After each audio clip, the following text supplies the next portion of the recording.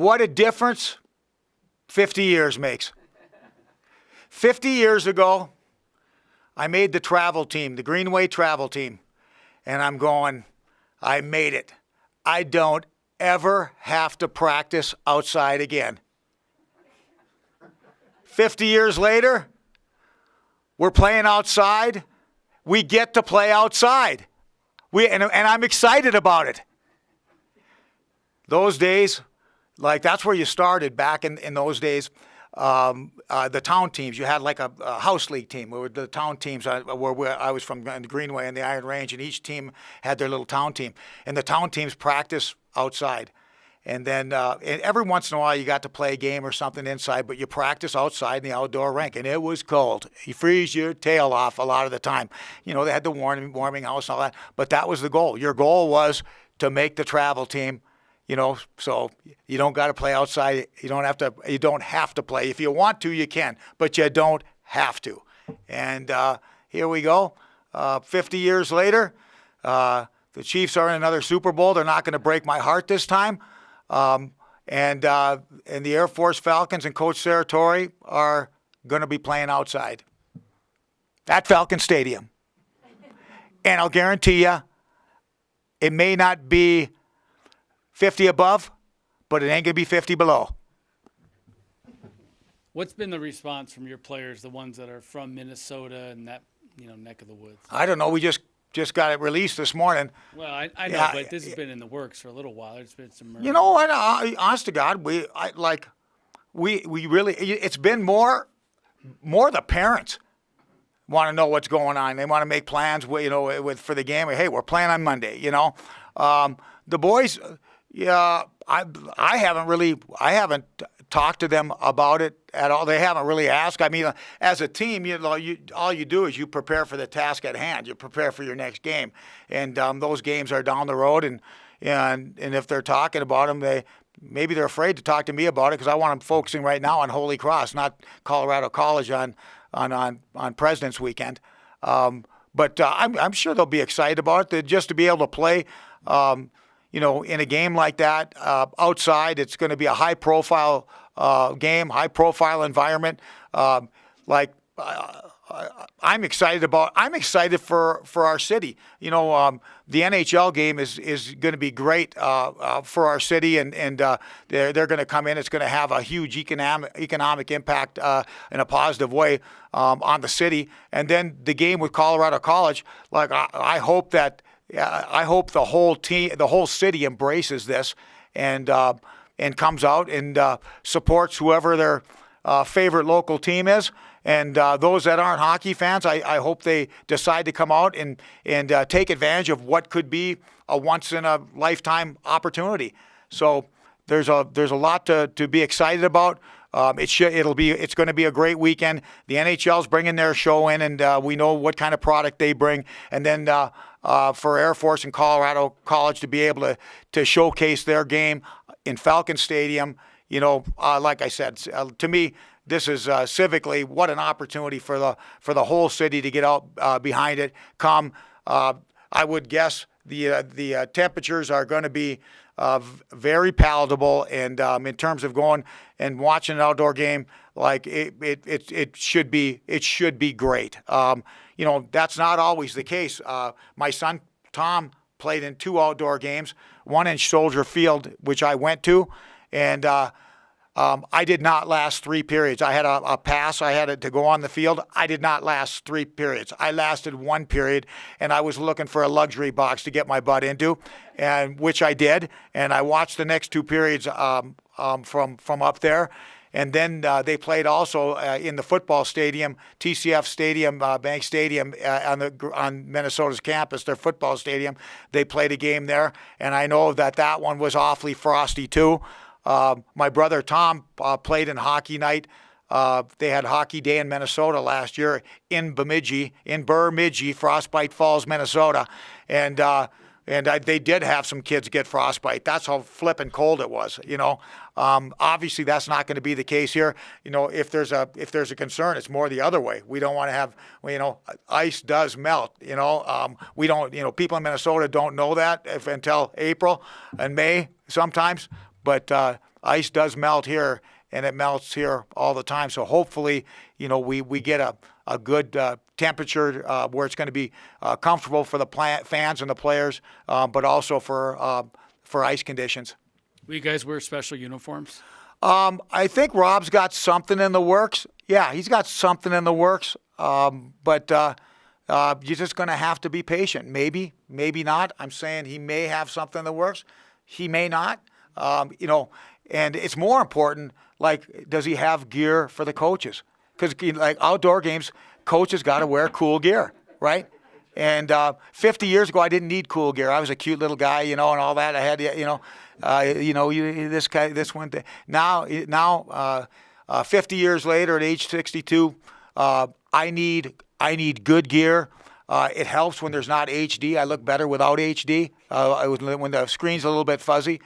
But I'm sure that Rob, our equipment manager, Rob Rush, is a consummate professional, and I'm sure that he'll have something prepared in regards to uniforms and garb for the coaches. What do you think this will do? You mentioned CC in your program. A lot of times these games draw fans who have never even seen hockey or haven't gone to many hockey games. What do you think it'll do for your program in that aspect? Well, like I said, to me, I think that it's a residual effect. Like, to me, this game here at Falcon Stadium, it's a once-in-a-lifetime opportunity for the fans on the Front Range, and especially in the Colorado Springs community. I mean, they've had them up in Coors Field. They may have one in Vesco. But to be able to come out and see a hockey game against the two local teams right here in Colorado Springs at the Air Force Academy, between the two local Division I hockey programs, that to me, that's just something civically I hope people look at. Whether you're a hockey fan or not, if you're a sports fan, why wouldn't you want to come out? And I'm sure the tickets are not going to be outrageous. They're going to be palatable. The NHL is a different animal, but I'm sure the tickets the prices are going to be palatable. And if you're a sports fan in the Colorado Springs area, like, why wouldn't you come out? Once in a lifetime. It's on President's Day. There's, for the most part, it's a government holiday. And even if you're not a sports fan, why wouldn't you come out on that afternoon and take that in? And for nothing more, just to say someday that, I was there. I was there when they played that outdoor game at Falcon Stadium. Coach, a couple logistics. Are you guys going to be able to practice on the Sunday before on the ice? That is a really, really good question, and one that I have asked. And we obviously, there's nobody is getting on that ice on Saturday for the NHL game. And then on Sunday, they haven't opened up any ice for us at this point in time, because Sunday is the backup date for the NHL game. So I would like to think that if the NHL game goes off as planned, that CC and Air Force are going to get an opportunity to practice on Sunday. I can't imagine why not, as long as the weather permits and all that type of thing. But that's going to be something I don't think we're going to know for sure until they if and when they hopefully pull off the NHL game on Saturday. Okay, and then just double checking, this is the first outdoor game that you'll be coaching. Yes, it is, and the first, and if they're anything like the one in Soldier Field or the one at TCF or the one at Bemidji, I hope it's the last. I'm all for comfort right now. I did my time, 50. Like I said, 50 years ago. Remember making that travel team, going, that's it. I don't have to practice outdoors anymore. And but this is a little bit different animal. Like I said, there's more of a danger of it being too warm than it being too cold. Can you tell us about those outdoor games 50 years ago, from what you remember of them? Well, it was more the practices. The games you kind of got hyped up for.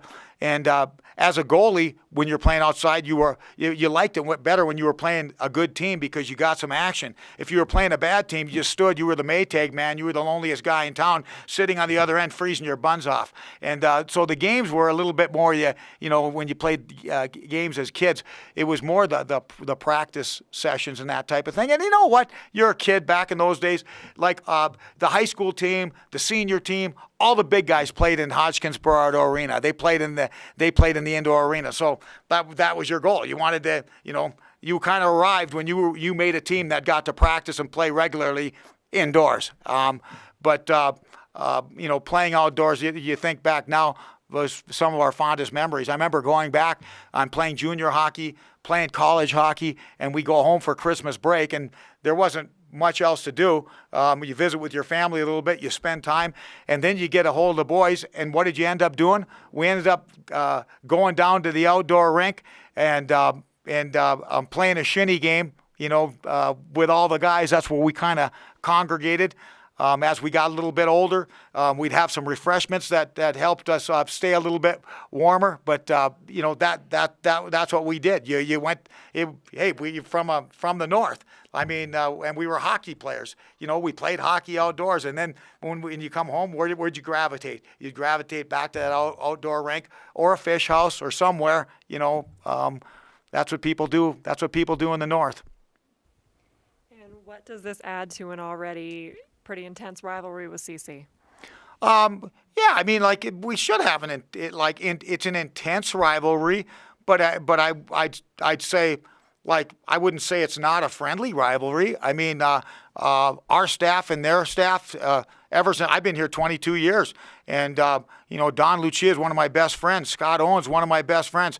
Mike Haviland's become one of my best friends. They're good people. These are good people, and obviously on those dates when we play, the rivalry is fierce and we want to win badly. But that's because for nothing more than we're competitors. This is what we do. When you play to win.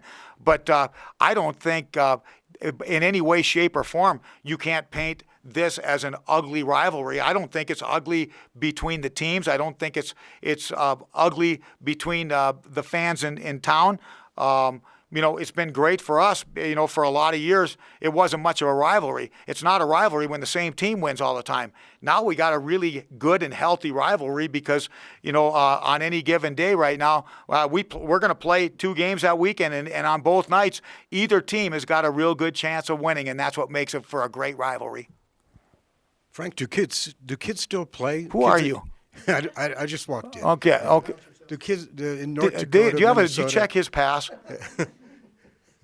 Okay. when they're growing up, do they still play outdoors? Do they still play pond hockey? Not so much anymore. so much I mean, anymore. times have changed, and it's sad. Hey, drive around town. Are the sandlots full with kids playing on them anymore? No, they're not. And at one time there was, but there was, at that time you would compare the sandlots here, the baseball sandlots, to the rinks in northern Minnesota. There was no video games. We only had 3 TV channels: NBC, CBS, and ABC, and they barely came in at times. You got them, we had our antenna. We didn't have the cable antenna. They didn't come in very good. And your father, by the way, owned that TV. And if you were watching it, you were going to watch what he watched. And so back in those days, it was a great time to grow up as a kid. And you grew up in Pueblo, I grew up in Coleraine, Minnesota, and there wasn't a whole lot of difference between the two. Kids playing outside on the outdoor basketball courts, on the baseball fields, on the outdoor hockey rinks. We played it all, and there was nothing really to stay inside for. There wasn't much to do. And if you hung around and you got on your dad's nerves, he put you to work. In the summer, you want to go down and play baseball in the sandlot, or do you want to mow the lawn? In the winter, you want to go play with your buddies street hockey out under the lights, or do you want to go down to the rink and play, or do you want to shovel snow?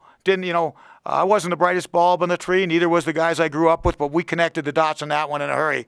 And we much rather hang with our buddies and play. That's and that was our era. That was our generation. One of my favorite movies is the movie Sandlot. And it's filmed with a bunch of kids in California, but that could be in California. It could be Pueblo, Colorado. It could be Coleraine, Minnesota. It could be New York, Florida. That was the era. It was a great time to grow up. And to be honest with you, I miss those days to this day. And we were blessed to be able to grow up in a great era, Jay. So there's a chance a lot of your guys maybe never played an outdoor game. Well, they've never played in a formal outdoor game. I'll guarantee you the guys have played. They've played outdoors. You know, I mean, they still have the rinks. The kids today, to say they don't play outside, they just don't play outside like we used to play outside. You know, they just don't. And also, there's more indoor rinks now than there was at one time. There's more opportunities to play indoors. But I think it's more about your spare time, your free time. You know, like, you know, if you have a structured practice on an outdoor rink, on an indoor rink, a structured practice, you're going. If you're on a team, you're going. The same thing around here. You know, if you got a structured practice on a sand lot as opposed to a formal baseball field, I mean, you're going to those. You're on that team. You're attending those practices. It's more about what are you doing on your free time that you could be doing anything. You know, you can be watching TV. You can be studying. You can be trying to limit the thing, listening to music, whatever you wanted to do back in the days. You know, our choice was to go outside and play. And that's what our generation did. We went out and played. The kids that we grew up with, like, we didn't have a guy, not everybody played on the high school baseball team, not everybody played on the town team baseball team, but we all had sand lots and everybody in the neighborhood played. I'll tell you what, the kid down the street, Marty Phillips, was a great drummer. But I'll tell you what, Marty Phillips could swing a baseball bat and he could catch a fly ball. You know, he could shoot a basket. I mean, like, you know, whether you were a competitive high school athlete or not, all the kids, you developed a skill set because that's what you did. If you wanted to hang out with the rest of the kids, you played, and the girls. And you know, the era of the tomboys, everybody played together, and it was fantastic.